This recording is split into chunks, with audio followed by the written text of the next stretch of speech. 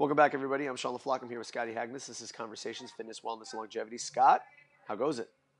Hey, it goes good. Good, my man. I am still in my post-workout flavor of that fire breathy kind of deal. It's chilly for it's actually appropriate for what the weather should be this type of year, but usually we get ungodly hot weather once March 1st hits, like it'll be in the 80s. But we've been getting mid 50s in the early morning, and then it gets up into the 70s. Gorgeous weather, perfect weather. Oh, But nice. in the gym, it's a little cooler. So when you're used to 80 degrees hot and humid, you don't get that fire breath. But speaking of which, I just finished 18.3, How did that go? which was I mean, there's a lot to talk about here. I'll just give you the workout itself. It was a 14-minute time cap, 2 rounds for time of 100 double unders. Then there was 20 overhead squats with 115.75, 100 double unders, 12 ring muscle ups, 100 double unders, 20 dumbbell snatches, 100 double unders, 12 bar muscle ups, 2 rounds for time. So, when the workout comes up and you don't see it yet, what are your thoughts there, Mr. Scott?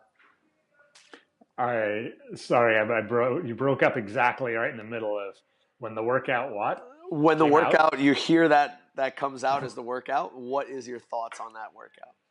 Yeah, well, it was interesting because the four movements and then even the reps were released. It was like, okay, this looks pretty interesting. Uh-huh. And then the little piece about he said, but there's something between each of them, and immediately I was like, it's double unders. And then he said 100. I thought that would maybe be the first round. But so no, it was like every exercise. Damn, 800 double unders. That's gnarly just alone. Absolutely. Ugly, ugly, ugly, huh? Yeah, you best be really good at double unders. This is definitely a high skill workout. I mean, the weightlifting movement's not so much so. That's the one, Yeah. but obviously efficiency on everything is going to be kind of a key. Yep. Um, This is really going to test your overall ability um, to handle high skill movements under fatigue and minimize the fatigue from the high skill movements so that you don't bleed into the double unders. mhm. You know what I'm saying? Yeah, yeah. And so, now that you've done it, what did you find All right, kind so of going through it? How did, my uh, my thoughts prior to it were yes, definitely this is a double under workout, and I've been mhm. doing a lot of double under work, probably hitting them 2 to 3 times per week with weighted rope. I use the Scout RPM rope, so I usually use a regular RPM rope, but after Wadapalooza, I was like, I want to get one of those because I want to train it because I see Marcus Philly using it, and it just gives you an adaptation that you can't get by just doing double unders. But you're not changing the rope. It's the same exact rope. It's just a heavier cable and a heavier handle. So, kind of the weighted bat kind of deal. I've been using that a Mhm. lot, and I've been able to string together huge sets and that kind of stuff. And it really conditions your hands, especially to hold on to the rope. Going into it, I was fairly confident, but I know that anything for me in particular where I'm doing a lot of a one movement, I'm going to fatigue very quickly on it. I'm just not as good, not very quickly. I'm going to fatigue on it relative to the higher level athletes. Like when you look at the best of the best, um, they could do double unders all day. Like Travis Mayer could pick up a jump rope anytime, and he can do those until he wants to stop. Whereas I'm going to get 150 to 200 reps in, regardless if I've been training it a lot or not. I'm just going to start having a lot of localized muscular fatigue. So I did the first 100 unbroken. Then I did the 20 overhead squats unbroken, back to the jump rope, and I think I just did two sets of 50, and then put the jump rope down, turned around, got on the rings, and did 6 ring muscle ups. Dropped down, rest 15 seconds, and then I did another 6 ring muscle ups. So I think I was done with the overhead squats, ring muscle ups, and the last set of dubs or the third set of dubs in like 4 minutes and 50 seconds or something like that. Mhm. Then went over to the dumbbell snatches, just kind of crushed those through, and that's where after that, because the rest between the hundreds double unders isn't all that much because of the 20 dumbbell snatches being very quick. You got those Yeah. done in 40 seconds, so you got to 100 double unders, 40 seconds of doing dumbbell snatches, and then back to 100 double unders. Whereas, like, obviously on the muscle ups on either end, you're doing sets of 6, so you have a little bit more time to kind of recover different aspects of the movements. So back to the rope. I think I did like 3 sets maybe on the dubs, and then back over to the bar muscle ups where I did, I think I did 6 and 6 there as well. So I got done with the first round in like 8 minutes or something like that. Back to the jump rope, and that's where like my hands, my thumbs in particular on my right hand couldn't really grip the rope at that point. It was much No. more difficult, so I was getting very localized, like almost hand cramping on my thumb. But my triceps were definitely smoked as well, and there were some metabolic effects from the overall work for those 8 minutes of work. So the double unders, became sloppy. Did the next set of 20 overhead squats unbroken, more dubs. Then it was back over to the rings, and I did 5, 4, 3 on the rings, and then completed another 18 or so double unders before I was timed out. So overall, it wasn't the worst work I've ever done. There was a lot more like ickiness to it. Similar to like if you had to do unbroken sets of something, like hang power cleans, hang power snatches, touch and go reps. If you had to do that, that lactate that builds up is actually pretty gnarly. But I'll probably do it again on Monday. And if we're gonna, obviously I'm gonna do it again on Monday. I'm going to be breaking up my dumbbell unders much more from the beginning, just to keep that localized fatigue down. Yeah, that might be smart. Yeah. And keep everything a lot more sustainable, because now I know that I'm going to do 2 sets of 6 muscle ups. I can do the overhead squats unbroken. I can do the dumbbell snatches, no problem. I can do the bar muscle ups in 2 sets of 6. So how do I improve the score? Because it's not going faster there. It's keeping the double unders more sustainable throughout the entire workout, and being able to go to the rope, like, okay, I don't have to do 100. I'm just going to pick it up and go 25. Okay, set it down, or rest. 3, 2, 1, 25. 3, 2, and it's much more disciplined to do that way. But I think essentially that's what you have to do to maximize your score if you're not somebody who can just do double unders all day long. Yep, that totally sounds reasonable. Even those few moments of recovery might pay off. And I think we've discussed dividends toward the end. Yep, and I think we've discussed it before as like just shutting off the tension for like 5 to 7 seconds and then getting back into it is enough for you to be able to sustain those same kind of efforts for longer. Yeah, I mean, there's some occlusion going on at times Yep. when you're holding just high tension, and then you're just not getting nutrients into the muscle or waste products out. You get a little flushing, and then regenerate. Yeah, I will say that the rope felt like nothing. It was just kind of holding the position that was more of a difficulty than anything. Maybe even feel like adjusting my hand placement on the rope to I guess the best way of saying it would be to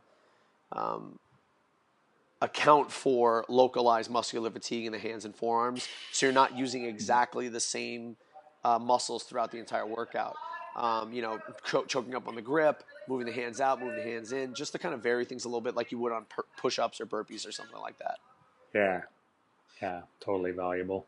So, in watching the 2 Masters athletes do it, and now Neil Maddox is a 40 to 45, and Kyle Kassenbauer is still a 35 to 39, but Kyle Kassenbauer was, I think, second in the world last year, so in the Masters 35 to 39. So unbelievably fit, 2 fit guys, and both former Open Games athletes. Neil definitely had a better pacing strategy throughout the workout. Kyle looked like he was trying to kill the workout the entire time and basically fell off. But knowing what Neil got, I was just like, I could probably go right around there. So I think I missed his mark by like 12 double unders, which is 6 seconds probably. Yeah, just a few seconds. And if I knew what I needed to hit, maybe I adjust things accordingly. But the other thing that came to mind looking at the setup, watching it, is how many people have a pull-up bar, a set of rings, and the space in front of it in order for them to do all of those 3 things with minimal traveling in between. Oh, right. Yeah, there's going to be a logistical excursion for folks. They might make some interesting filming, Oh my God, what a depending on nightmare! some. Myra was doing it this morning, my master's athlete, and she had to have someone watch her or walk around with her.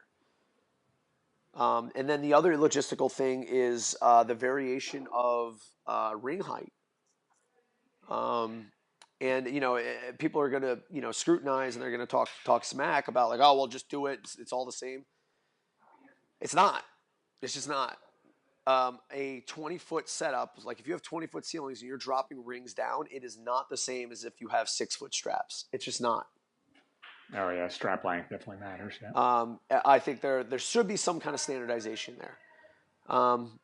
It kind of sucks because it's very difficult to do that, but we have a standard rower. You have a standard on the barbell you're allowed to use. You can't use little plates on burpees. Why not? I mean, if there was a burpee workout, we'd have to have a 6-inch reach. I think there should be some kind of standard, a minimum length of your rings. I understand that there are people who are like doing it in their garage. I get it, but far more people are doing this in an affiliate. Mm-hmm. And I mean, I just heard the word the class is just began. Whirring ropes out there. Yep. And then the last thing I'm noticing is right away I thought to myself, A, this is going to be a nightmare for coaches when they coach, and B, if you are a judge, you're going to be counting a lot of double unders. I know, which is not the most fun thing to judge.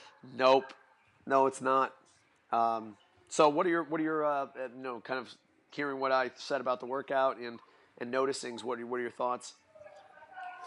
Yeah, I mean, doubles and being efficient on those is certainly the biggest key, and then being smart about your fatigue based on where you're at with the other movements. If it's a more of a intermediate level athlete where they're gonna get that many double unders done, they're gonna get the overhead squats done, and then they're gonna have to chip away at either of the muscle up sets. Whether it's the rings or the bar that present more of a challenge, they're going to have to be really smart about managing their fatigue to chip away through those. Yep. Like I have an athlete tomorrow who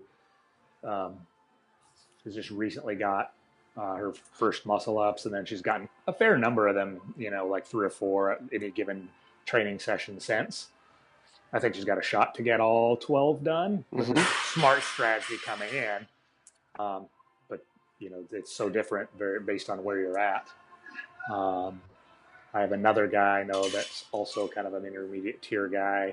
He has a big engine and he can rock body weight skills, so he'll crush muscle ups when he gets there. But even though that's not that heavy of an overhead squat, his mobility challenges are going to present a bit of an issue. So now we have to figure out, it's all about pacing that difficult movement. The dumbbell snatches at least are the one thing that I don't think anybody will have much challenge with.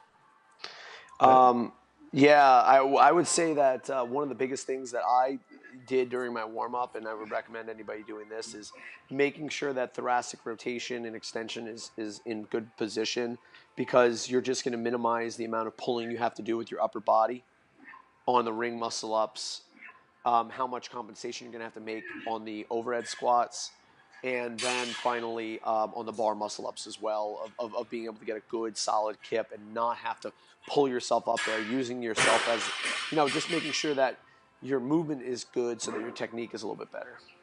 Right.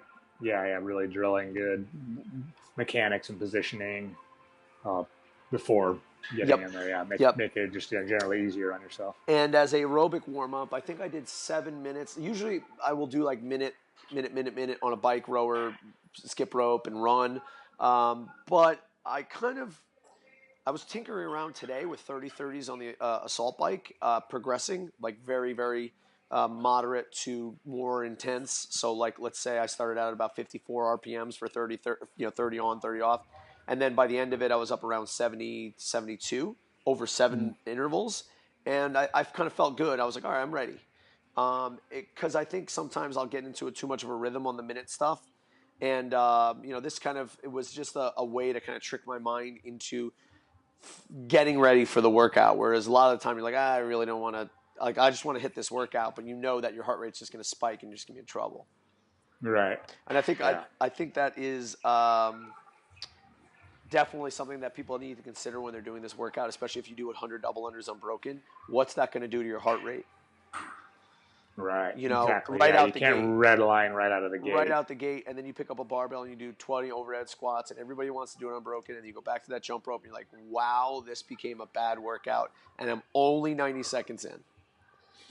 You know, Right. and that's not what I wanted to do at all. You know what I mean? I've taken my lessons over the last few weeks, and even in Wadapalooza, of like going, you know, staying in your lane and doing what you can do. And I think I could be even more conservative and do better this next time. So there's definitely this is definitely a retest type of workout, just to kind of see what this plan kind of plays out as. Okay, tweak this a little bit and then hit it again. Nothing was so overly fatiguing or so you know, smashing you that wouldn't be a retest. We'll see how my calves feel tomorrow, but you know, all things considered, I'm That feeling would be pretty the good. only thing, probably. Yeah. Yeah. Um, Yeah. The volume is actually low enough on the other stuff that it's not, not a big deal, really. Just the double unders. yep. Um, the other consideration that I had was my training going into this. On Wednesday, I was doing a lot of heavy shoulder work, so I know that my triceps were definitely fatigued going into the workout. So having a next couple days to recover and be able to hit it on Monday feeling fresh, I think is going to be a big difference. Yeah. Yeah. What are you planning to do tomorrow and Um, Sunday for Neural recovery or recovery work training? tomorrow, and a little bit of like recovering the CNS through some, you know, fast lifts. Hmm. Um, I don't know how much aerobic work I will do, but definitely back into some structural balance work. I like doing that on Saturdays, single leg squats, lateral work, some rotational work, just to kind of get back into being an athlete again and feel good Yeah. and just feel fired up. Yeah. Sunday, probably some movement preparation stuff. That will be the day I prime the aerobic system, and then Monday I'll hit it. And this is also coming from a Monday retest and then 2 days of training after. So I only had Thursday to recover. So very easy stuff tomorrow. A little bit of priming on Sunday, and then hit it on Monday again. Yeah. Sounds solid. Yep. Good stuff. Have you seen anybody doing it in your gym yet, Scott? I've seen two classes this morning. Nobody that was super serious.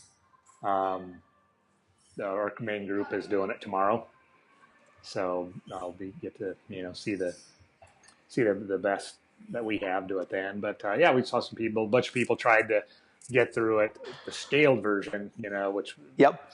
provides actually a pretty good challenge to try and complete it before the cap for a lot of at least kind of intermediate level folks. So yeah, I was having people do if they wanted various hybrid versions that weren't entered, like you want to do doubles but you can't do all the weights or the muscle Yeah. ups. Yeah, we can cook up a version there, or maybe you can Yep. do the weights, That's what I was but not doing the as well. muscle ups. Okay, that's cool. Do the weights and. So yeah, a variety across the map. Um, yeah, I mean, actually, we would be remiss if we didn't talk maybe about the scaled version, Scott. What are your thoughts on the Yeah. actual scaled version? So I'm sorry. What was it? What was the question? What would you think? What do you think about the scaled version, and maybe a little So the bit scaled about version that? is yeah, the scaled version is interesting because it's really kind of a sustained aerobic test. Yep. Single unders obviously have nowhere near the output demanded of doubles, but they're a steady thing. People, if they're not comfortable and efficient, that's still 80, 800. I mean, jumps, Yeah. and it can definitely tire you out big time. With the other movements, you can move pretty quickly. Being as I'm not, competing and training for this sort of thing anymore, I think I may see what kind of a time I can put in on the scaled version. Mm-hmm. Um, I know that I have for sets of 12, I can do fast butterfly pull-ups and shave some time, and things that maybe most people doing it scaled wouldn't necessarily do. But I'd like to see everyone that I saw doing it is able to keep moving pretty continuously outside of just very short breaks. People that had more mobility challenges and had to fight the empty bar on the squats had to break it a bit. Other people, just lock in, boom, boom, boom, boom, boom. Mm-hmm. The pull-ups worked well. Some people that was had to start fractioning those up, but even then it was very short breaks. Like they were definitely moving the whole time, and pretty much the whole class. I had like 10 people that did it scaled, and they were all pretty much on the floor at the end. So it definitely kind of reminded me of that physical output of 18-1. Mm-hmm. You know, very aerobic, no real reason to ever stop, or if you did break, it was minimally Yep. for really almost everyone. Yeah. I mean, I think a lot of people will poo-poo this as a scaled workout. I already heard people kind of like, this is too basic for scaled. I would love to be able to do X movement. I would love to be able to do, well, why not put more weight on them? All right, chill. What is a scale workout? Scale workout is all encompassing, and it should feel similar to what the RX workout should feel like, right? Right. So if you're a Yeah. person who doesn't have ring muscle ups, doesn't have bar muscle ups, it should feel the same as me doing it, where I'm breaking up into two sets of 6 on the rest muscle ups and the ring muscle ups and the bar muscle ups. That might be what you would do if you were a scaled athlete doing pull ups.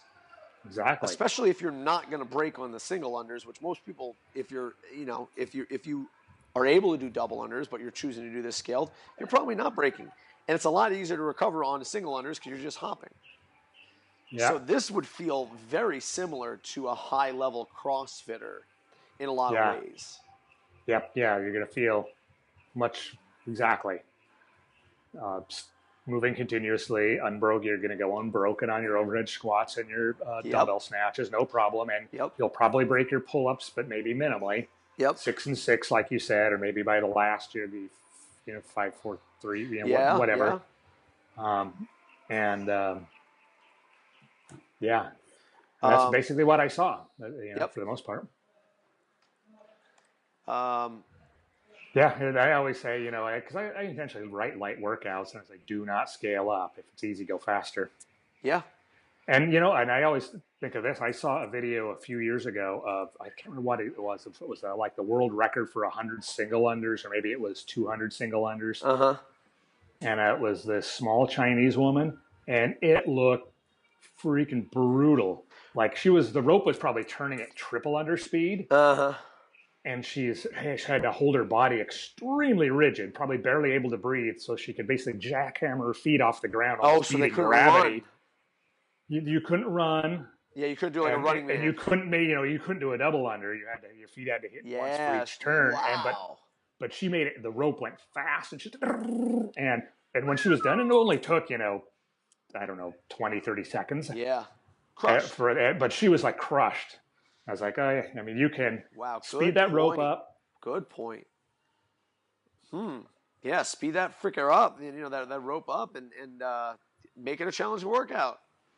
Yeah, you can speed the rope up. Absolutely. It's you could be at that nice ginger pace of one single every half a second, or you can really push it and go every quarter of a second. And now you're looking at, instead of a minute to do 100 double unders or single unders, now you're doing it in 30 seconds. Now we're cooking. Mm-hmm. Very interesting. I guarantee you will feel that. I mean, if you have the skill and practice necessary to turn it that fast, if you try to do all 8 sets that way. Yep. I mean, it really honestly looked about like somebody hopping on the Airdyne and going balls out for 30 seconds and then going over and doing some empty bar overhead squats and how that might feel, Yes. And now you're looking at something that's much more similar to the stimulus of what the prescribed workout would be. Mm-hmm. Mm-hmm. Without having to put too much of a demand on the athlete. And I really do appreciate the fact that they did 45 and 35-pound overhead squats for the men and women respectively, because you know what? Just show you can do it. You can do an overhead squat. You're not going to, and it's not going to kill you. It's not going to put you in too much danger. It's not like you had to do, 65-pound squat snatches. You're doing an overhead squat. So, even if you've been not had a ton of exposure to overhead squats, at least it's something you can do and be safe with it. Exactly. You could probably do it. It's not going to hurt you. Yes. It's 20 of them, 2 sets of 20, if you do both rounds. So again, and if you can't, which some of us are in the gym that, like, they're just like, nah, I'm just not going to do it. And I saw them like, yeah, I agree. I just have them do front squats. Yep. That's what, I had one person that had to modify the front squats and I think dumbbell cleans. One thing that definitely happens though is people will get to the time in the open where everything's going all well and good because they got scaling workouts and everything's going well, and then they get to the spot where they actually have to do a pull up, and there is a lot of saltiness from that. You Oh, know. right, yeah, because there's no step down from a pull up. Yep. But kind of like they used to do in the early years with the muscle ups, where they, back then they had them always hidden deep into the workout. Yeah. Fair, so you You can could get get a a score. fair amount of work done. You can get a score before you hit that thing. Same deal here, I guess. You would have completed, you know, definitely some work before you got stuck at that pull up. Yep. And I suppose we see people get their first pull ups, just Yeah, like they do. we always see people get Their first muscle up. muscle ups and You know, and they whatever. do, and they do, and you know what? I've always been a very big avoidance because I don't want to. I don't like to put people in positions where they're exposed. It's not necessarily fair unless they're asking for it. And and a lot of the times you're enticing people to do the open. Hey, give it a try, whatever. So I am apprehensive about basically shining the light on something that they may know that they can't do, but really don't want to be, um, you know, exposed, or be self-conscious the fact that they can't do that. But I guess it's the intention. Like, what's the intention of you doing the open? It's exposing what those weaknesses are, and maybe you can't do two pull-ups. And maybe that is the motivation and the awareness that you need to be like, hey, let's work hard for the next year, and the next time the open comes, let's go ahead and do our pull-ups.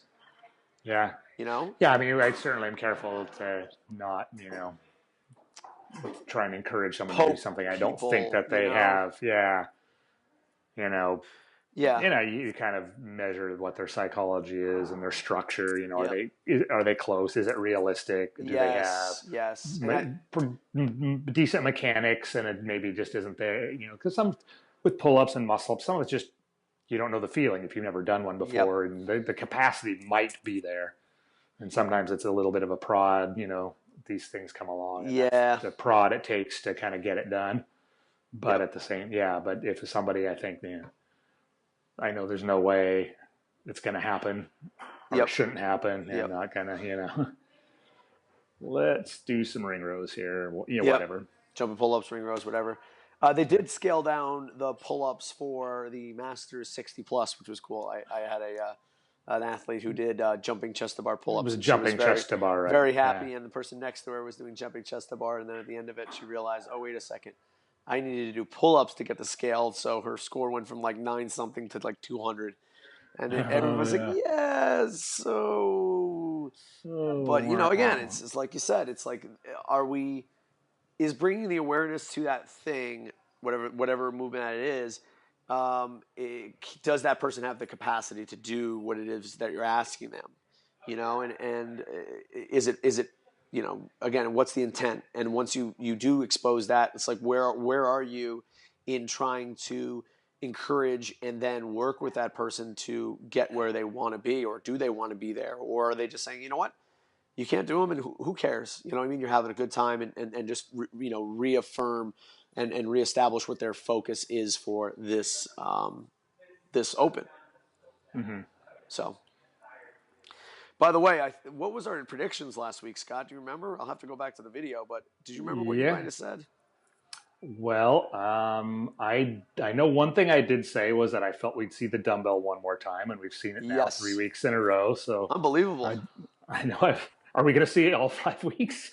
It was last year. Everybody was like, is it going to be in every one? But it was just in the first two, if I remember right. Right? Yep, We only, yeah. yep. Dumbbell And then, snatches and dumbbell cleans. the other thing I had thought that maybe handstand walking would show up. We thought not necessarily something heavy, but we figured it would be a skill. I think we called muscle ups. I think we both were kind of in Yeah, agreement on I that. think I said they're bringing back the rings. Yep. Yeah, and I felt that way I as didn't well. think Yeah, they I would figured bring it them would be back in the some. same workout. Yeah, I didn't know there'd be the same workout. Yeah, but I Coincidentally, felt for sure it was going to be muscle ups or pull ups of some yep. some kind, almost for sure. Coincidentally, this Wednesday I was doing bar muscle ups with Myra, and halfway through the workout, it started raining, and our pull up bar is in the doorway of our gym. So we're like, all right, let's just switch over to the rings. Not a big deal, and we'll just give that a try. Lucky we did, because we haven't been touching ring muscle ups as much. and especially in the same workout. So it was good that we got those touches in. Yeah. It was a a nice accident that happened, but going forward, now we've narrowed down the movements a little bit more. We've knocked out overhead squats, double unders.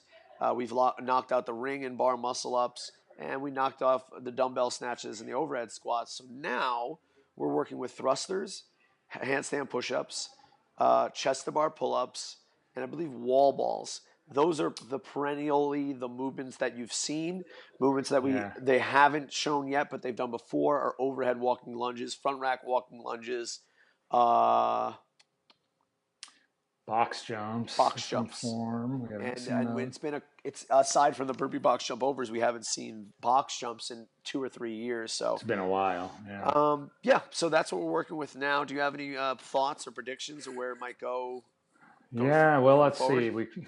I mean, I'm not going to bet against thrusters being in the final workout, so I'll say we can Yeah. probably relatively safely move those aside. Uh-huh. Now we saw snatches last week. I mean, we could see the sort of repeat pattern. We had dumbbell hang cleans week 1 and heavy Yep. barbell week 2. Now we had again a small amount Overhead of dumbbell squat, snatches. So we snatches. might see heavy.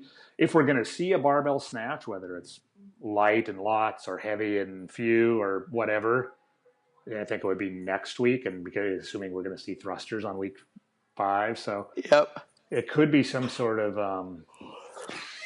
chest to bar snatch handstand push up Hmm. or walking thing. Yeah. I'm going to go with that. I mean, here's the thing: putting the ring and bar muscle ups in the same workout has opened up Pandora's box because now I think you can legitimately do handstand walks and handstand push-ups in the same workout, Absolutely. and make it something where it's brutal, like 50-foot handstand walk, handstand push-ups, and on the opposite side you're doing chest to bar pull-ups. And literally, there's no barbell. He's like, oh, we've used dumbbells, we've used barbells, and now we're doing the other thing. We have handstand push-ups, handstand walking, and chest to bar pull-ups. And maybe it's an 8-minute AMRAP or something like that, or a ascending Or a ladder or something like buy-in, that. yeah, sending ladder. Maybe a buy-in. Wow. Yeah, definitely. I don't know if there's going to be a repeat workout this year. Oh, that's yeah. I totally forget. Yeah, that it would have to be. Well, we've seen it in week 5 before, but it would be We the first have. open minus a repeat. The other thing Yeah, is because a 14.5 and wait a minute, not 14.5. Was it? 14.5 was the chest to bar thruster one where it was a 4-minute clock, right? No, I'm not thinking 14. It was the 15.5 was the same as, was it 13.5? Yes. So that was The the miserable thruster thruster burpee over bar. bar.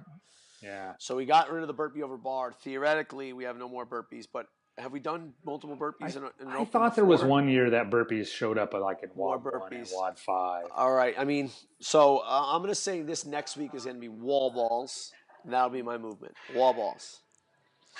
And you might do a lot I'm of them. I'm going with some. I mean, I'm just going to say something snatch, chest to bar, handstand walk or else push up. That's just the bar. Wow. Okay, cool. Of course, All we right. could see a repeat. Maybe that the chest to bar saved for week 5, and it's that early.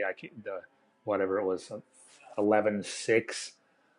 Oh, geez, yeah. The kind of the ascending Fran or Yep, something which like I that. wouldn't mind. That'd be Or pretty else cool. or else the buy-in Fran that was, I forget what year that was. Yep. Yep. With the 4-minute cap 15-15, 2 rounds, and then you had to do that every 4 minutes. Yep. That was miserable. Hope I don't see that. So, Well, Scott, all right. On that note, until next week, you got anything else? I think that'll do it for next week. I will report back on my scaled attempt Yeah, I with like no that. training and see how that goes. Cool. Well, I'm Sean LaFlog. And give me a Sean at CrossFitDelrabeach.com. Scott, how you gonna see it, man? Scott at CrossFitPortland.com. Scott, have a great week, man. You too, man. Talk to you later. Take care, brother.